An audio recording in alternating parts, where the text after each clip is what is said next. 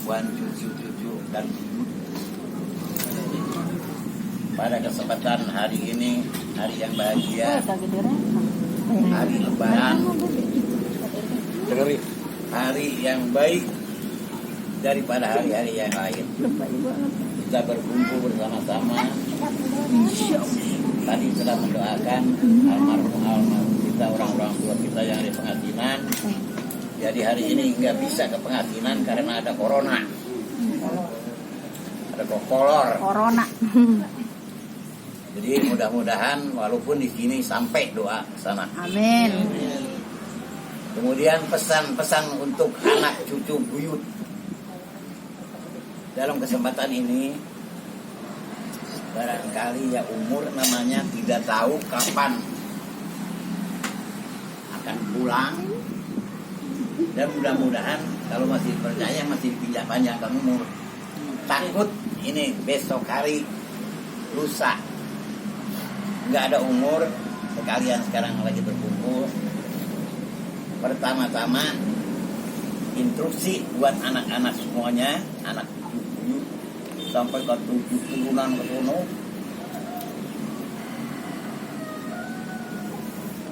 Supaya ada dalam keadaan perlindungan Allah Subhanahu wa taala.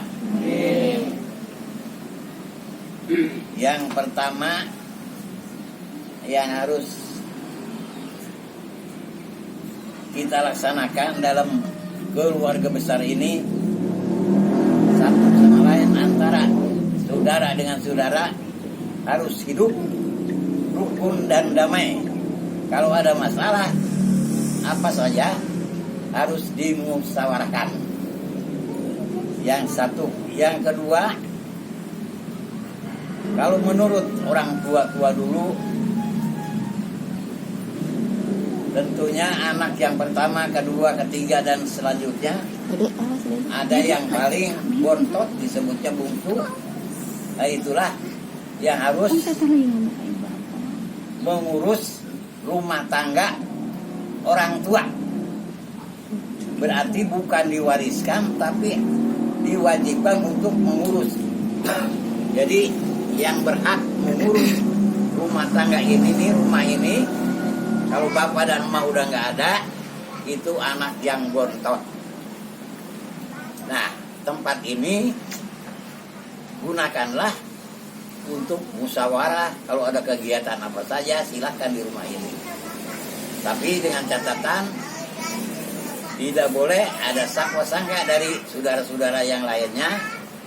Nggak ada iri hati, karena keturunan itu yang terakhir itu adalah yang paling bontot menurut orang tua dulu. Kita hanya ingin mengikuti mereka.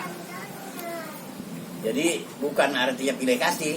Dan yang bontot juga itu hanya mengurus misalnya ada kerusakan dan lain sebagainya, dia yang harus memperbaiki segala rupanya keperluan supaya rumah ini tetap bisa ditempati. Kemudian apalagi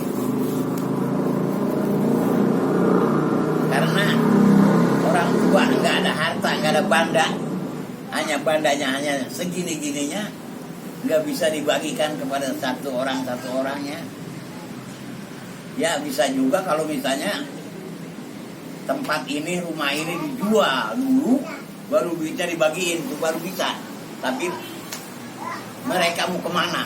Anak-anak semuanya mau kemana? Anak cucu kita tidak ada tempat. Maka dari itu uruslah rumah ini dengan baik, gotong royong antara saudara dengan saudara, silih asih, silih asah, silih asuh, silih memberikan perhatian, terutama saudara-saudara yang tua harus dengan rutin memeriksa atau melihat atau memberi nasihat kepada adik-adiknya.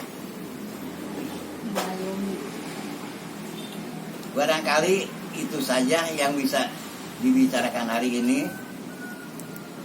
Mudah-mudahan semuanya mendengar, anak cucu buyut yang jauh yang dekat bisa mendengarkan dan bisa memperhatikan apa yang saya katakan. Masih kurang, Pak. Masih kurang. Apanya? Suruh pada sholat. Iya. Itu semua. Apanya? Suruh pada melaksanakan sholat, jangan malas-malas. Itu mah udah kewajiban kita. Tuh, Karena kewajiban tuh. bapak moyangnya Kewajiban tuh. juga ada ustadz, ada haji dan lain sebagainya. Irok anak cucu buyut nggak pada sholat. Tuh, dengerin. Jangan dengerin. Lah yang malas malas bayar. Nah, yang pertama itu kita meniru junjungan Nabi besar kita Muhammad Sallallahu Alaihi Wasallam itu. Kalau menurut segala macam akhlak budi pekerti Nabi itu enggak bakalan ketemu. Hanya sedikit-sedikit yang kita turuti, yang kita mampu. Contohnya hidup jujur.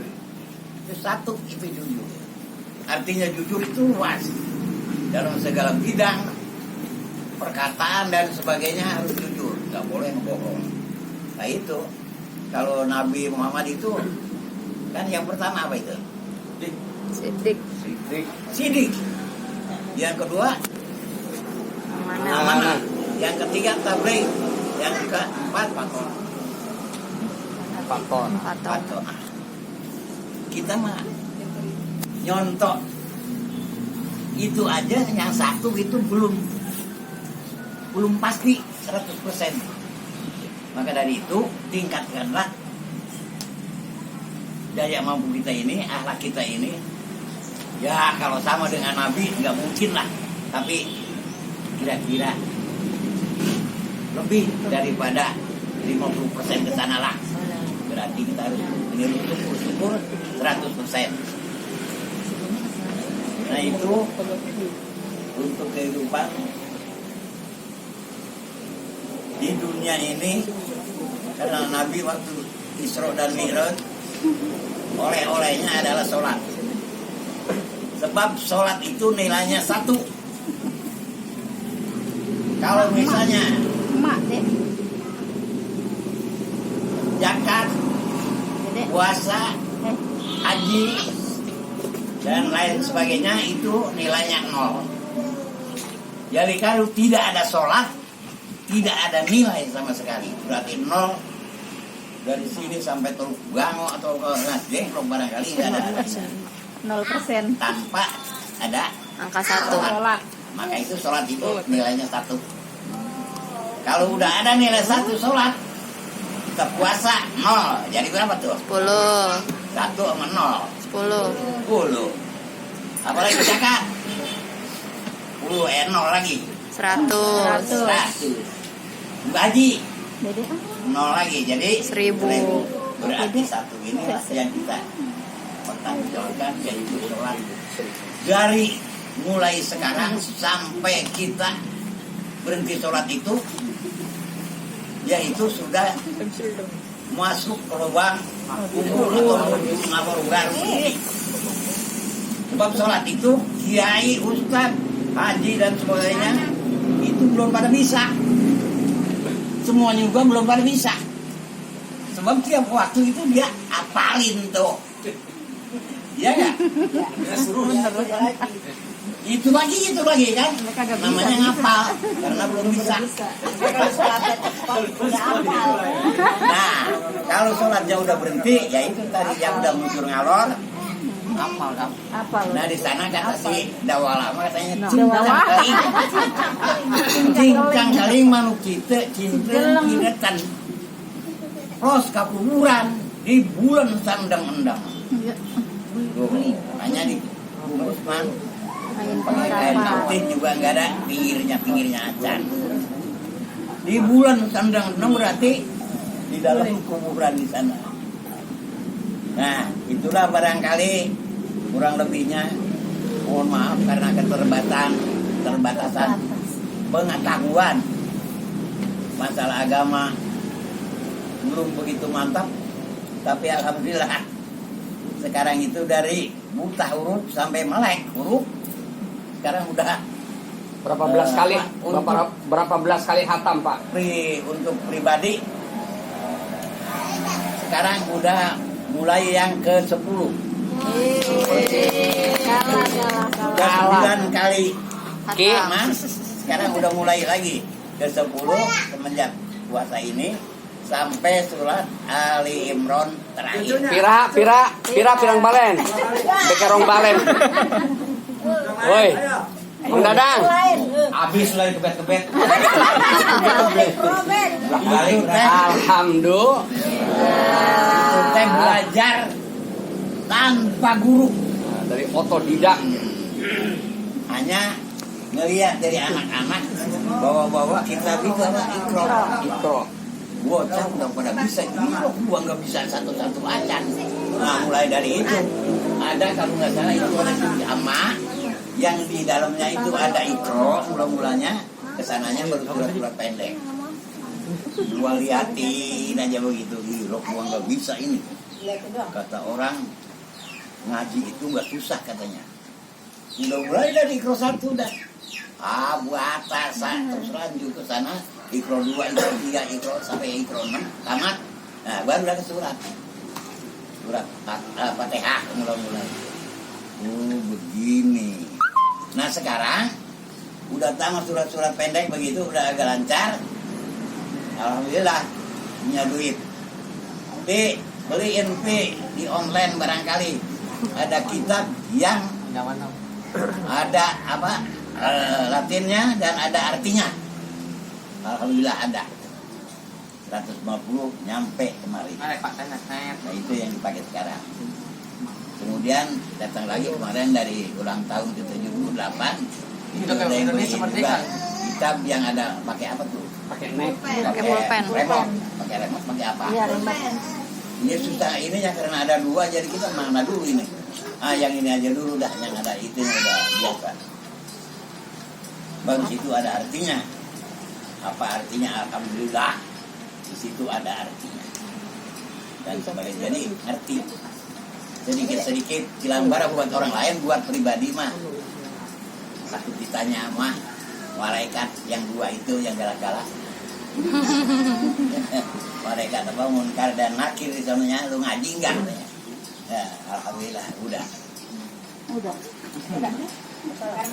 Udah wassalam. Begitulah ceritanya. Simpulannya Pak. Simpulannya ada 3 ulangan lagi. Kesimpulannya sekali lagi, Iya. hidup rukun dan damai dengan saudara. 1. Dua. Kedua, silih asa, silih asi, silih asuh. Yang tua kepada yang muda kepada yang tua dan lain sebagainya, akrab. Kemudian sholatlah Sebelum sebelum disolatkan. disolatkan oleh yang lain. 4. Ya udah. Salam. Tamat. Assalamualaikum warahmatullahi wabarakatuh. Allahumma salli wa sallim ala sayyidina Muhammad.